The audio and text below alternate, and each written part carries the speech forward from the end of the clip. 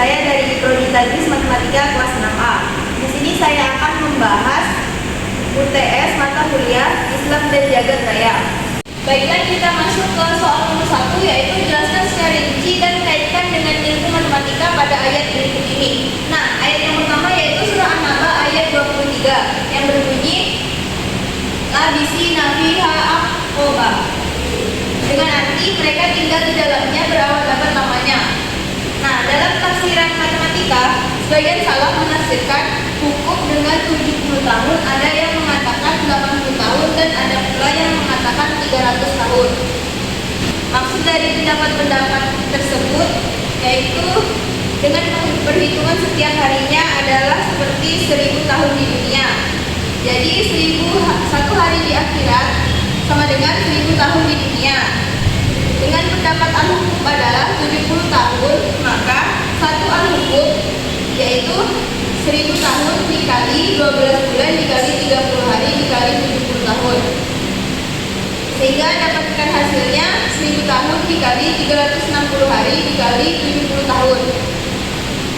Nah, ini kita kalikan sehingga kita dapatkan hasilnya 360.000 hari dikali 70 tahun. 360.000 hari dikali 70 hasilnya yaitu 25.200.000 hari. Nah, kita akan ubah menjadi tahun sehingga 25.200.000 hari ini kita bagi dengan 12 bulan dan kita dapatkan hasilnya 2.100.000 tahun. Adapun pendapat lain yang mengatakan 1 al-hukum adalah 300 tahun, maka al-hukum ini akan lebih banyak lagi. Baiklah, kita lanjut ke surah yang kedua yaitu surah Al-Kahfi ayat 19, di mana artinya dan demikianlah kami bangunkan mereka agar di antara mereka saling bertanya. Salah seorang di antara mereka berkata, sudah berapa lama kamu berada di sini? Mereka menjawab, kita berada di sini sehari atau setengah hari. Berkata yang lain lagi, Tuhanmu lebih mengetahui berapa lama kamu berada di sini. Maka suruhlah salah seorang di antara kamu pergi ke kota dengan membawa uang perakmu ini, dan hendaklah dia lihat manakah makanan yang lebih baik, dan bawalah sebagian makanan itu untukmu, dan hendaklah dia berlaku lemah lembut, dan jangan sesekali menceritakan halku kepada siapapun. Nah, dari ayat ini dapat kita tuliskan secara matematis, yaitu 309 tahun waktu yang sebenarnya sama dengan 1 atau setengah hari yang dirasakan. Nah, 309 tahun ini kita dapatkan dari surah Al-Kahfi pada ayat 25. Baiklah, dapat kita tuliskan secara tabel. Yang pertama, waktu yang dirasakan yaitu 1 hari, maka waktu yang sebenarnya mereka rasakan yaitu 309 tahun. Jika waktu yang dirasakan 2 hari, maka waktu yang mereka rasakan sebenarnya adalah 618 tahun. Baiklah, yang ketiga yaitu surah Al-Sajdah ayat 5 yang berbunyi Yudabbirul amra minas sama'i ilal ardi tsumma yaqudu ilaihi fi yawmin kana miqdaruhu alfa sanatin mimma ta'udun.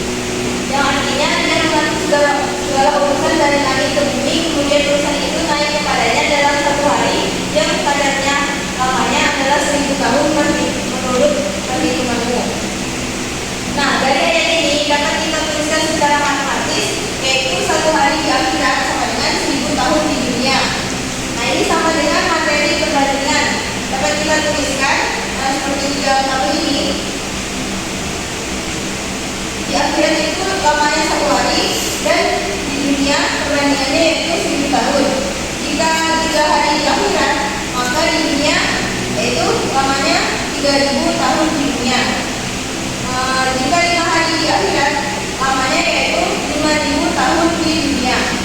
Nah, selanjutnya jika kita konversikan dalam lama hari di dunia, maka jika 1 hari di akhirat yaitu lamanya 365.000 hari di dunia. Jika 5 hari di akhirat, maka lama di dunia yaitu 1.825.000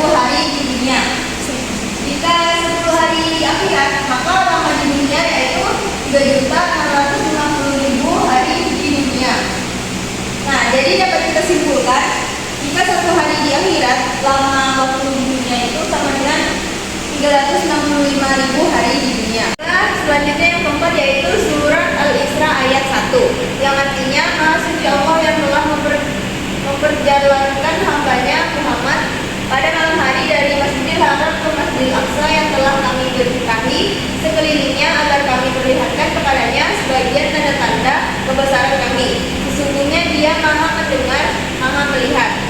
Nah, ada pun kaitannya dengan ilmu matematika, yaitu pada surah Al-Isra ayat 1 ini membahas tentang Isra Mi'raj yang dapat diintegrasikan ke dalam pembelajaran konsep matematika, jarak, waktu, dan kecepatan.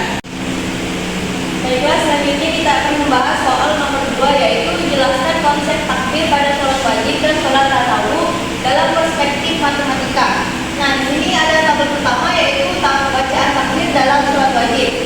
Nah, di sini sholat wajib kan ada 5. Yang pertama subuh. Subuh ini ada 2 rakaat. Rakaat yang pertama berjumlah 5 takbir dan rakaat kedua berjumlah 6 takbir. Selanjutnya sholat yang kedua yaitu zuhur, memiliki 4 rakaat. Rakaat yang pertama 5 takbir, rakaat yang kedua 6 takbir, rakaat yang ketiga 5 takbir, dan rakaat yang keempat 6 takbir. Yang ketiga sholat asar memiliki jumlah 4 rakaat. Dalam rakaat yang pertama ini terdapat 5 takbir, rakaat yang kedua terdapat 6 takbir, rakaat yang ketiga terdapat 5 takbir, dan rakaat yang keempat terdapat 6 takbir. Yang keempat yaitu ada sholat maghrib. Sholat maghrib ini memiliki 3 rakaat. Pada rakaat yang pertama memiliki takbir yang berjumlah 5, rakaat yang kedua berjumlah 6 takbir, dan rakaat yang ketiga berjumlah 5 takbir.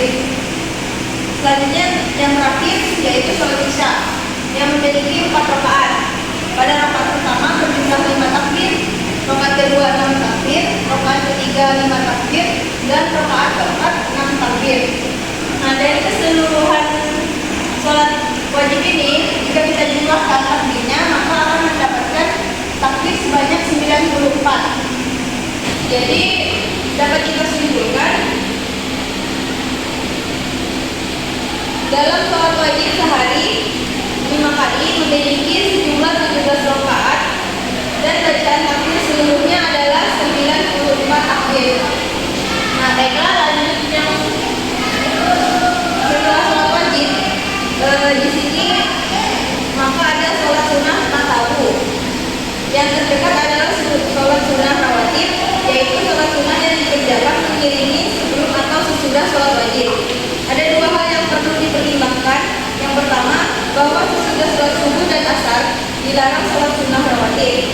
Kedua, sholat rawatib yang mu'akkadah atau diutamakan atau masih jenis tahu hanya 7 waktu masing-masing 2 rakaat, sebelum subuh, sebelum dan sesudah zuhur, sebelum asar, sesudah maghrib, sebelum dan sesudah isya.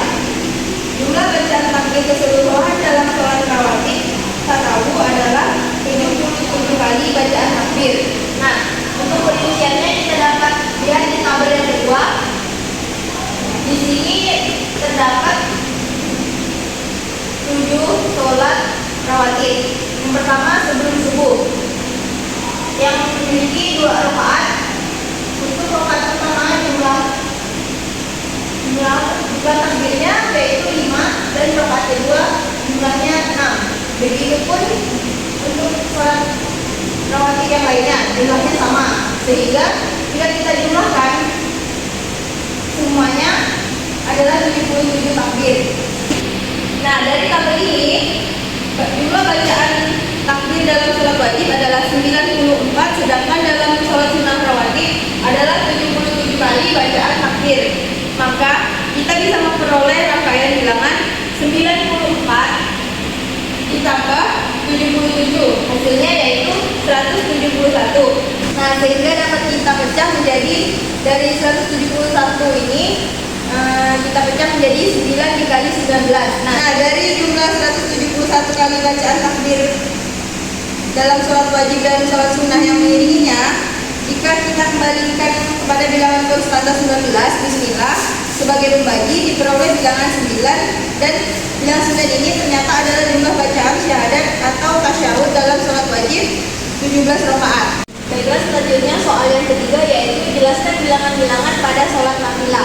Nah, pada sholat nafilah ini terdapat 12 jenis sholat. Yang pertama tahajud iftitah dengan jumlah rakaat 2 dengan jumlah syahadat 1 dan takbir 11. Yang kedua yaitu sholat tahajud dengan jumlah rakaat 10, syahadatnya 5 dan takbir 55.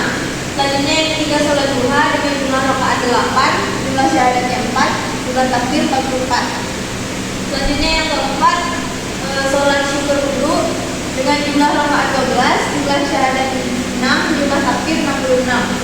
Yang kelima tambahan tarawih Ramadan atau mutlak di luar Ramadan dengan jumlah rakaat 12, jumlah syahadat 6 dan jumlah takbir 66. Yang keenam sholat rawatib ghairu mu'abdah dengan jumlah rakaat 6, jumlah syahadat 3 dan jumlah takbirnya 33.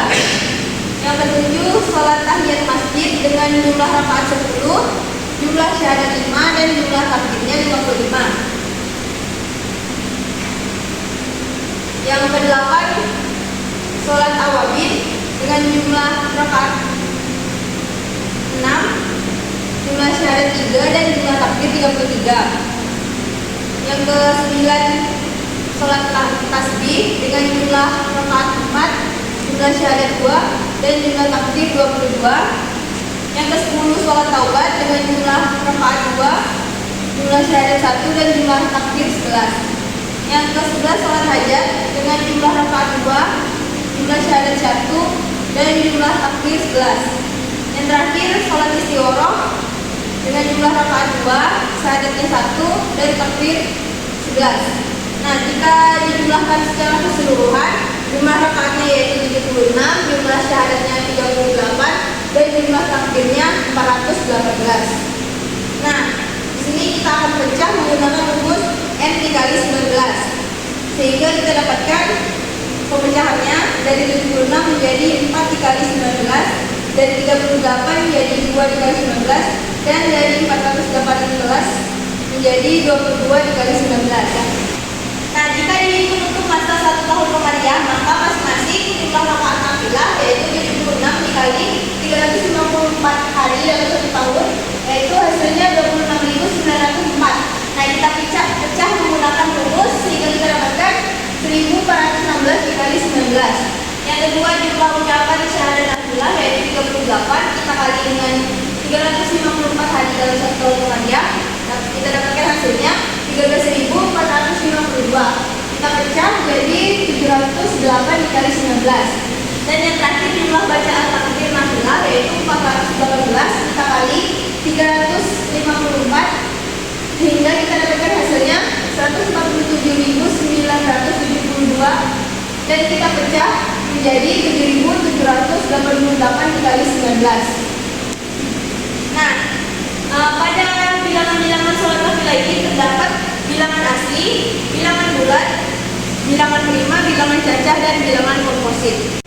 Baiklah, selanjutnya kita akan membahas soal nomor 4 yaitu jelaskan angka 53 tentang Mi'raj Nabi Muhammad SAW.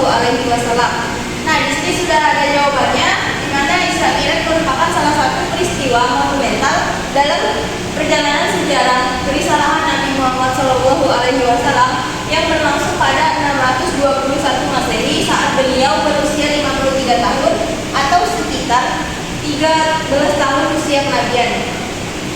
Nah, maka dari itu angka 53 ini merupakan usia Nabi Muhammad SAW saat melaksanakan Isra Mi'raj. Pada angka 53 di sini terdapat bilangan puluhan yaitu 5, di mana 5 ini menunjukkan jumlah sholat wajib dalam satu hari dan perintah melaksanakan sholat wajib 5 waktu ini didapatkan pada peristiwa Mi'raj. Selanjutnya pada angka 53 juga terdapat bilangan satuan yaitu 3, di mana 3 menunjukkan jumlah bacaan saat ruku dan sujud. Selain itu, angka 3 juga merupakan sunnah yang dilakukan